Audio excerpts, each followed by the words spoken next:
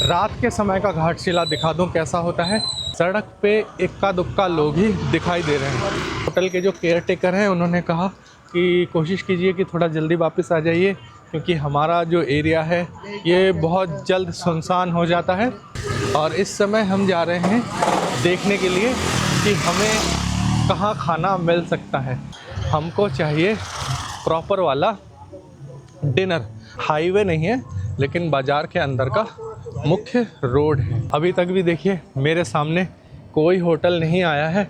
मैं railway station तक ही जा रहा हूँ पैदल पैदल। खाने का होटल मिलता है या जो भी होटल है घाटशिला में वो सिर्फ रेलवे स्टेशन के बाहर ही है। लंच हो या डिनर हो वो हमें कहाँ मिल सकता है। आदिवासी लोग ही यहाँ पे बंगाली ही बोलते हैं। ब्लॉगर का जीवन ऐसा ही होता है, लोगों को लगता है बड़ा आसान होता होगा। फिर दोबारा से होटल ढूंढने के लिए रेलवे स्टेशन की तरफ आगे बढ़ रहे हैं। नमस्कार दोस्तों, मैं इस समय घाटशिला में हूँ और मैं अपने होटल से बाहर निकला हूँ डिनर करने के लिए। तो मैंने सोचा आप लोगों को रात के समय का घाटशिला दिखा दूँ कैसा होता है। आप अगर कभी घाटशिला आना चाहते हैं तो आपको आइडिया हो जाएगा कि रात के समय कैसा होता है। देखिए इस समय 7:45 हुआ है, मतलब अभी 8 भी नहीं बजा है और देखिए सब कुछ सुनसान हो गया है। सामने ऐसा करके दिखाता हूँ मैं आपको। देखिए सड़क पे इक्का दुक्का लोग ही दिखाई दे रहे हैं। और जब मैं होटल से बाहर निकला था तो होटल के जो केयर टेकर हैं उन्होंने कहा कि कोशिश कीजिए कि थोड़ा जल्दी वापस आ जाइए, क्योंकि हमारा जो एरिया है ये बहुत जल्द सुनसान हो जाता है। तो वैसे कोई ख़तरा नहीं है लेकिन सुनसान हो जाता है। आप लोग नए लोग हैं, हो सकता है भटक जाएं, ढूंढ ना पाएँ जल्दी जल्दी, कुछ भी ऐसा हो सकता है। लेकिन जो हमारे भारत के छोटे शहर होते हैं वो ऐसा ही होता है ना, जल्दी जल्दी। जैसे 8 बजता है तो सभी लोग खाना वाना खा करके अपने अपने बिस्तर में चले जाते हैं या अपने परिवार के साथ अपना अच्छा समय बिताते हैं। मैं ट्रेन से आ रहा था, उस समय भी मुझे एक आदिवासी महिला मेरे बगल वाले सीट में बैठी थी।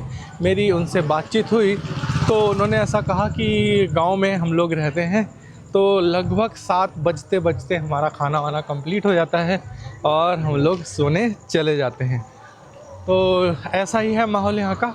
एक बार फिर मैं दिखाना चाहूँगा। देखिए सामने जो है इक्का दुक्का लोग ही हैं जो दुकान बंद कर रहे हैं, या चलते हुए लोग हैं जो बाज़ार में कहीं अपने दोस्तों के साथ बैठे थे तो वो लोग घर की तरफ धीरे धीरे करके वापस जा रहे हैं। और इस समय हम जा रहे हैं देखने के लिए कि हमें कहाँ खाना मिल सकता है। यहाँ पकोड़े वगैरह तो मिल रहे हैं सड़क के किनारे। देखिए साइड में यहाँ पर ऐसे पकोड़े वगैरह ये सब तो बेच रहे हैं, लेकिन हमको ये सब नहीं चाहिए। बेच क्या रहे हैं, ये भी ख़त्म ही हो गया है। हमको तो ये सब नहीं चाहिए, हमको चाहिए प्रॉपर वाला डिनर। रात के समय का घाटशिला कैसा लगता है। कभी भी आप आते हैं किसी शहर में तो आपको उस शहर के बारे में प्रॉपर जानकारी होनी चाहिए। मेरी कोशिश यही रहती है। देखिए ये मुख्य सड़क है, हाईवे नहीं है लेकिन बाज़ार के अंदर का मुख्य रोड है। लेकिन इस समय सारी दुकानें लगभग बंद हो गई हैं या बंद हो रही हैं। अगर आप देखें तो इधर देखिए शटर एक डाउन हो गया है, एक अभी थोड़ा सा खुला हुआ है।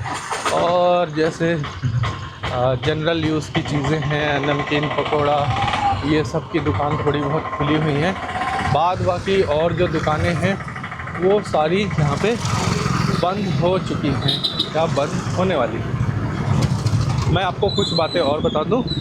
जिस होटल में मैं रुका हुआ हूँ वहाँ पर मेरी सिर्फ रुकने की ही बात हुई है कि मैं वहाँ रुकूँगा ओनली।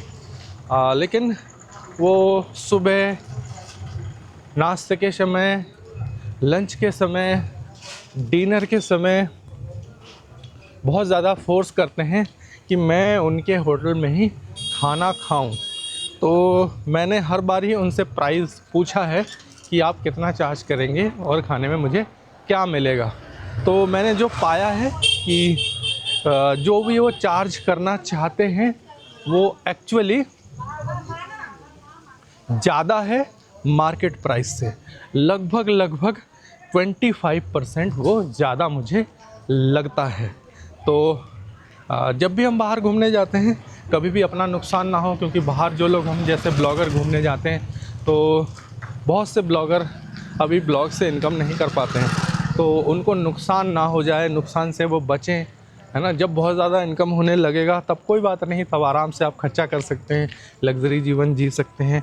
और फिर भी अगर आपके पास लाखों करोड़ों रुपए भी हैं अगर, तो क्यों एक्स्ट्रा पैसा दे करके अपने आप को लुटाना क्यों है, ठगा हुआ क्यों महसूस करना है, कि किसी को हमें चीट करने के लिए क्यों देना है ना। तो मैंने ये देखा है जो खाना मुझे मार्केट में लगभग 100 रुपीज़ का मिल जा रहा है, वो खाना यहाँ पे लगभग 125-130 रुपए वो बोलते हैं कितना लगेगा। मैं एक एग्ज़ाम्पल के लिए बोल रहा हूँ, 100 रुपये का एग्ज़ाम्पल देके आप इसको मल्टीपल में कर सकते हैं। जो खाना बाहर 200 रुपये का है वो इनके यहाँ 250 रुपये का है। मैं ख़राब और अच्छे की बात नहीं बोल रहा हूँ, उनको भी थोड़ा कमीशन कमाना ही है, लेकिन हमको तो थोड़ा पैसा बचाना है ना। तो अभी तक भी देखिए मेरे सामने कोई होटल नहीं आया है। मैं रेलवे स्टेशन तक ही जा रहा हूँ, पैदल पैदल पूरा रेलवे स्टेशन तक पहुँचूँगा और फिर दिखाऊँगा कि रेलवे स्टेशन से पहले हम लोगों को कहीं खाने का होटल मिलता है, या जो भी होटल है घाटशिला में वो सिर्फ रेलवे स्टेशन के बाहर ही है। मैं हाईवे के बारे में नहीं जानता, जो हाईवे घाटशिला के अंदर से निकलते हुए जाती है सड़क, उसके बारे में मुझे जानकारी नहीं है हाईवे के अंदर कोई होटल वगैरह है या नहीं है हाईवे के ऊपर। लेकिन शहर के अंदर जहाँ मैं रहता हूँ, जहाँ मैं रह रहा हूँ, सुवर्ण रेखा नदी के बिल्कुल पास में है, राज स्टेट में एक होटल लिया है हम लोगों ने। होटल का नाम है शुभम गेस्ट हाउस। तो होटल अच्छा है, ठीक ठाक है, जिस प्राइस में मैंने लिया है उस हिसाब से वो ठीक ही है। लेकिन खाने पीने के लिए अगर आप बाहर खाना पीना चाहते हैं तो जिसको हम खाना बोलते हैं, लंच हो या डिनर हो, वो हमें कहाँ मिल सकता है वो मैं आपको दिखाने की कोशिश कर रहा हूँ। अभी तक भी मुझे वो जगह दिखाई नहीं दिया है। देखिए यहाँ पे मैं जो घाटशिला के अंदर वाला रंकिनी मंदिर है वहाँ पे पहुँच गया हूँ। ये देखिए मेरे साइड में ये टेंपल है, ये है रंकिनी मंदिर। वैसे तो रंकिनी टेंपल जो है वो जो एक्चुअल टेंपल है वो कहीं और है, ये भी एक टेंपल है जो उसी के नाम से ही बनाया हुआ है। यहाँ पे माँ दुर्गा की यहाँ पे सेवा पूजा अर्चना की जाती है। इस मंदिर के अंदर टाइम मिलेगा तो कल हम यहाँ पर जाने की कोशिश करेंगे। घाटशिला जो है ना ये मैक्सिमम बंगाली लोगों का है। मैं आदिवासी गांव तक में भी आज गया हूँ तो आदिवासी लोग भी यहाँ पे बंगाली ही बोलते हैं। आप सोचेंगे कि अगर आप आदिवासी इलाके में जाएंगे तो आदिवासी लोग किसी और भाषा में बात करेंगे, ऐसा नहीं है। मैंने उनसे पूछा भी कि आप लोग मेनली किस भाषा में बात करते हैं, तो बंगाली को ही वो प्रेफर करते हैं कि हम बंगाली में ही बात करेंगे।